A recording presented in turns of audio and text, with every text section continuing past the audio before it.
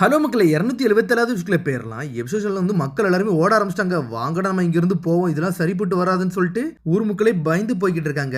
இதுல ஒரு பக்கம் CP9 ஆளுகள்லாம் வந்து பேஸ்மெண்ட் வந்து பாத்துக்கிட்டு இருக்காங்க. அங்க என்னன்னு பார்த்தா ஒரு ஃபோனி கிளிஃப் இருக்கு. இந்த கல்லை பார்த்து இந்த உலகமே பயப்படுதுன்னா இது என்ன மாதிரி கல்டான்னு சொல்லிட்டு அந்த CP9 ஆளுகள்லாம் மிரண்டு போய் நின்றுட்டு இருக்காங்க. அதுக்கப்புறம் ஒகராவோட வெளி சைடு தான் காட்டுறாங்க. ஏகப்பட்ட ஷிப்பை மட்டும் மொத்தமா சுத்தி வளைச்சு நின்றுட்டு இருக்கு. அதுக்கப்புறம் ஸ்பேண்டம் வந்து 5 எல்டர்ஸ்ட வந்து பேசிக்கிட்டு இருக்கான். சார் நீங்க மட்டும் ஆர்டர் கொடுங்க, இவங்க எல்லாத்தையும் நாங்க கொண்டுருன்னு சொல்லிக்கிட்டு இருக்கானுங்க. அவனுங்க நம்மளுக்கு ஒரு ஆப்ஷனே கிடையாது, ஏன்னா அவனுக்கு செய்யக்கூடாத செஞ்சுட்டாங்கன்னு சொல்லிட்டு எல்டர்ஸ் பேசிக்கிட்டு இருக்காங்க போன்ல.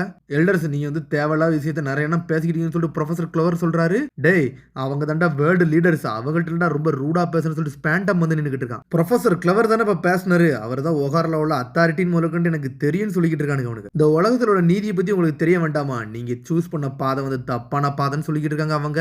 உடனே ப்ரொஃபசர் கிளவர் பேசிக்கிட்டு இருக்காரு. இந்த உலகத்துல இருக்க எல்லாமே இந்த மனித எதுக்காண்டி சொந்தமானது தான், அதை நாங்க தேடி பார்த்ததுல அதுல என்ன தப்பா இருக்கு, இதுல ஏகப்பட்ட ஹிஸ்டரி இருக்கு, யாருக்கு தெரியாம இருக்குன்னு சொல்றாரு ப்ரொஃபசர் கிளவர். உடனே எல்டர்ஸ் பேசுறாங்க, யார் ஒரு ஆளால வந்து ஃபோனி கிளிஃபை வந்து வாசிக்க முடியுதோ அவங்களால ஏன்ஷியன்ட் வெப்பனை வந்து கிரியேட் பண்ண முடியும், அதுதான் அந்த உலகத்துக்கு ஆபத்தேன்னு சொல்றாங்க அவங்க. நீங்க அது மாதிரி இந்த ரிசர்ச்சை பண்ணதே பெரிய தப்பு, இது எல்லாமே கரெக்டா இருக்குன்னு சொல்ல முடியாதுல்ல, யாராச்சும் வந்து தப்பா சூஸ் பண்ணிட்டாங்கன்னு என்ன செய்வீங்கன்னு சொல்லிக்கிட்டு இருக்காங்க. நீங்க என்னதான் பழச சொன்னாலும் புது சொன்னாலும் மனிதத்தன்மையால எதை செய்ய முடியுமோ அதை செஞ்சே தீருவாங்க, அது யார் வந்து தடுக்கவும் முடியாதுன்னு சொல்லிக்கிட்டு இருக்காங்க அவங்க. இப்ப நாங்க செய்யறதுனால யாராச்சும் ஒரு ஆள் வந்து நாளை பின்ன கண்டுபிடிச்சுதான் தீருவாங்கன்னு சொல்லிக்கிட்டு இருக்காரு அவரு. உடனே ப்ரொஃபசர் கிளவர் பேச ஆரம்பிக்காரு. உண்மையை சொல்ல போனா இதுல ஏகப்பட்ட மர்மங்கள் இருக்கு இந்த ஃபோனி கிளிஃபுக்கு பின்னாடி, அதை கண்டுபிடிக்கணும் தான் முதல்ல நிறைய விஷயமா இருக்குன்னு சொல்லிட்டு இருக்காரு அவரு. எதுக்கு இந்த முன்னோர்கள்லாம் வந்து இந்த எழுத்தம்ட்டு இந்த கல்லுல எழுதி வச்சாங்கன்னு இன்ன வரைக்கும் எனக்கு புரியல. அதை ஃபியூச்சர் நோக்கி போகணும் தான் அவங்க நினைச்சிருக்காங்க.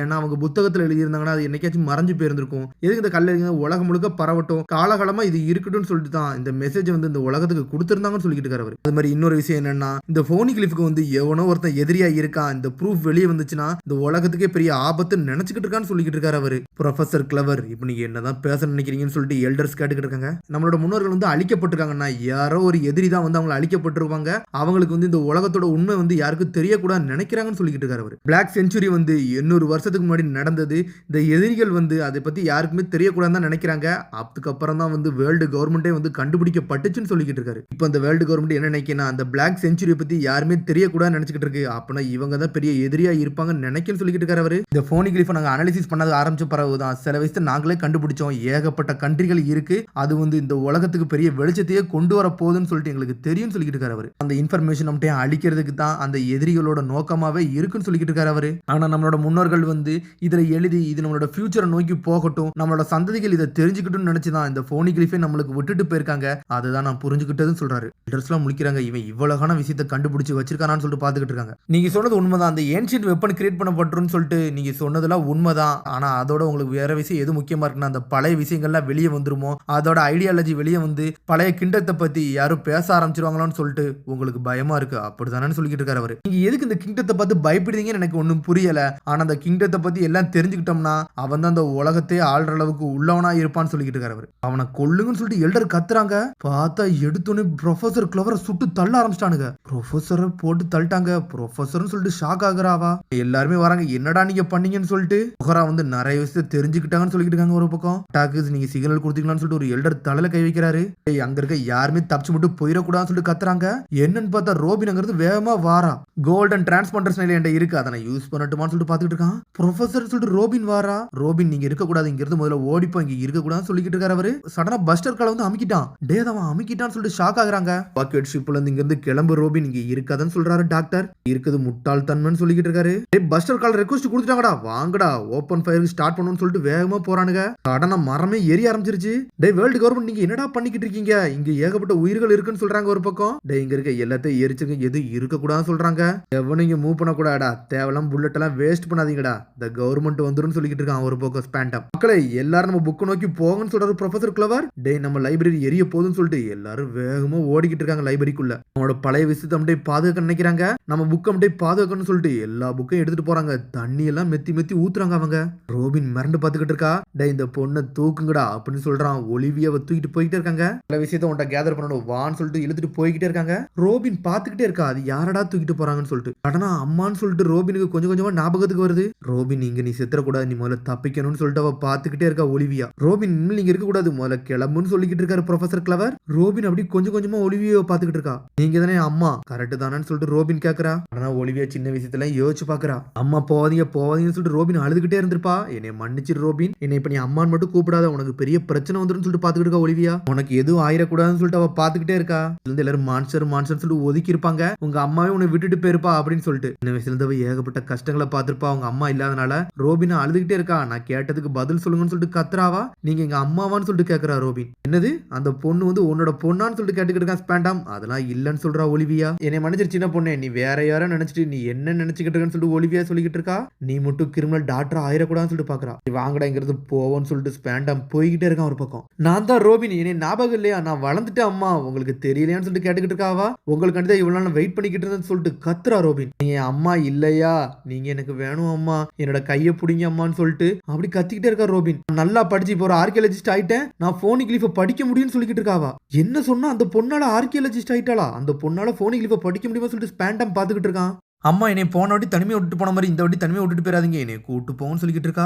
ஆனா ஒலிவியா அழுதுகிட்டே இருக்கா. இங்க என்னன்னு பார்த்தா பஸ்டர் காலம் அமுக்குன அடுத்த செகண்ட் எல்லாரையும் பார்த்து அடிச்சு நொறுக்கிட்டு இருக்கானுங்க. கேனனே வச்சு அடிக்கிறானுங்க. அவனுக்கு நெருப்பா பறக்க ஒரு முழுக்க. இந்த ஆர்கியாலஜிஸ்ட் வந்து ஏகப்பட்ட ரிசர்ச் பண்ணிட்டானுங்கடா. இவனுக்கு பழைய ஹிஸ்டரி எல்லாம் நோண்டானுங்க. அந்த நோண்டா பெரிய பிரச்சனை வந்துடும். அதனால எல்லாத்தையும் அடிச்சு நொறுக்குன்னு சொல்லிட்டு ஐலண்டையே அடிச்சு நொறுக்கிட்டு இருக்கானுங்க. அடிச்சு பறக்க விடுறானுங்க. என்னன்னு பார்த்தா ஸ்பேண்டத்து மேலாம் சுடுறானுங்க. டே இவனுக்கு என்னடா என்னையே சுடுறானுங்கன்னு சொல்லிட்டு.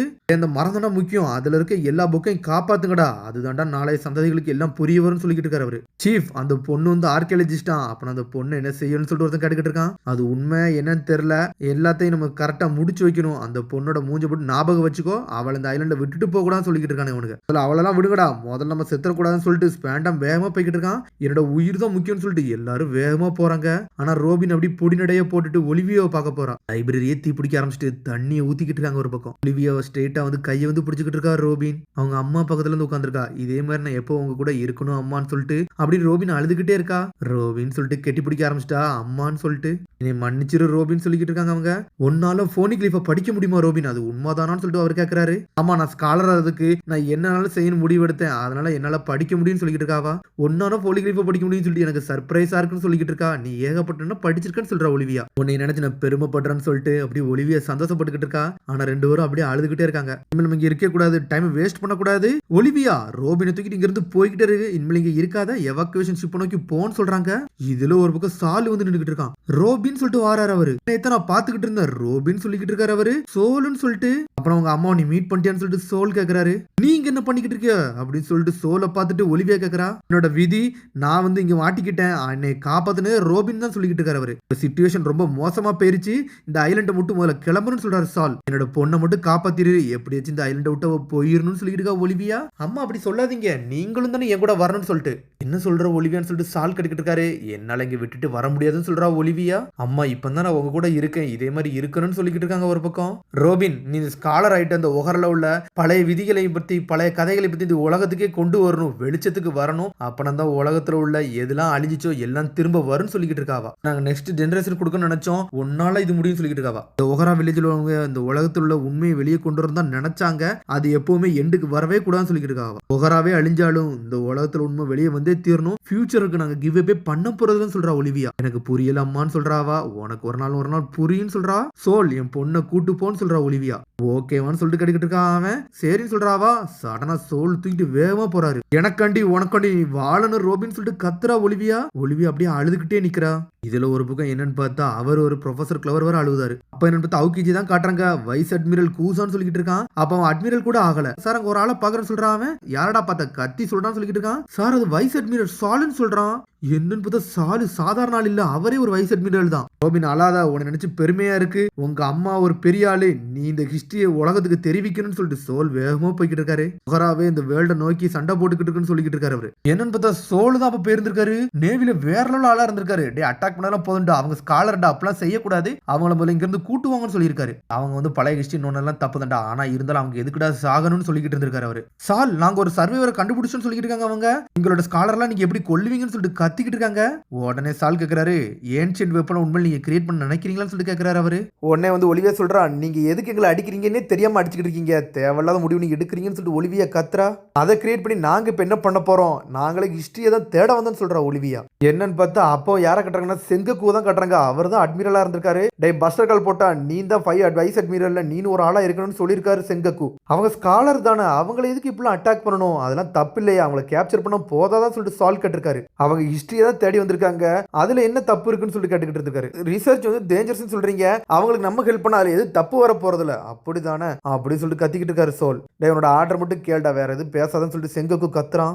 அடுத்து சால் ஸ்ட்ரெயிட்டா வந்து ஒலிவியோ பார்க்க வந்திருக்கான். நான் உன்கிட்ட பேசணும்னு சொல்லியிருக்காம பார்த்தா அவ எல்லாத்தையும் சொல்லியிருந்திருக்கா. என்னன்னு பார்த்தா வைஸ் அட்மிரல் வேற அளவு பண்ணிருக்காரு, அவளை காப்பாத்தி அங்க இருந்து போயிருந்திருக்காரு அவரு. செங்குக்கு சொல்லிருக்கான் அவனுக்கு எல்லா விஷயமே தெரியும்டா, இது பெரிய தப்பா போச்சு, அதனால சோலையும் ஒலிவியவையும் தப்பே இல்லாம கேப்சர் பண்ணிட்டு வாங்கன்னு சொல்லியிருக்காங்க. நான் உனக்கு ஹெல்ப் பண்றேன்னு சொல்லிட்டு சால் சொல்லியிருக்காரு. நீங்க எனக்கு ஹெல்ப் பண்ணீங்களா, உங்களால நேவிக்கே வர முடியாதுன்னு சொல்றா ஒலிவியா. இனிமேல் நான் நேவி எல்லாம் இருக்க போறதுல அவனுக்கு பண்றதே தப்புன்னு சொல்லியிருக்காரு அவரு. இவர் லாவத்தான் வந்து ஒபே பண்றானுங்க, ஆனா நீதியை காப்பாத்துறேன்னு சொல்லிட்டு வேற ஏதோ தப்பு பண்ணிக்கிட்டு இருக்கானுங்கன்னு சொல்லிட்டு இருக்காரு சால். நான் உனக்கு நன்றி எல்லாம் சொல்ல போறதுன்னு சொல்லிட்டு ஒலிவியா சொல்றா. எனக்கு நீ நன்றி சொல்ல வேண்டாம்னு சொல்லியிருக்காரு. என்னன்னு பார்த்தா அதை பத்தி தான் யோசிச்சுட்டு போய்கிட்டே இருக்காங்க. அவரே ஒரு வேற லெவலான ஆளு. அவனுக்கு போய் என்ன தண்டா ஏம் பண்றாங்கன்னு சொல்லிட்டு போய்கிட்டே இருக்காரு. அவரை ஒரு அட்டாக்க போடுறானுங்க. ரோபின் என்னை மன்னிச்சிரு, உன்னை நான் பயம் கொடுத்துட்டணும், நீ கொஞ்ச நேரம் இங்க இரு, இந்த போயிட்டு வரேன்னு சொல்லிட்டு சோலு ஜெட்டு மாதிரி போய்கிட்டு இருக்காரு. ஒரு சின்ன பொண்ணை எப்படா நீங்க அடிப்பீங்கன்னு சொல்லிட்டு சாலு வேக வேகமா போறாரு. ஒரு கப்பலே நகட்டுறாரு அவரு. தோல் நீ ஸ்டாப் பண்ணு சொல்லிக்கிட்டு இருக்காரு ரோபின். என்ன நீங்க எதிரியாக்குனீங்கன்னா அதுக்கு நீங்க பாடத்தை கத்துக்கிட்டீங்கன்னு சொல்லிட்டு கப்பலை தூக்கிட்டாரு அவரு. வேற லெவலா நிக்காரு. அதோட எபிசோட் முடியாது, அடுத்த எபிசோட் சந்திப்போம். மறந்துடாம சப்ஸ்கிரைப் பண்ணி ஷேர் பண்ணி கமெண்ட் பண்ணுங்க, பெல் பட்டனை கம்பறாங்க. See you, bye.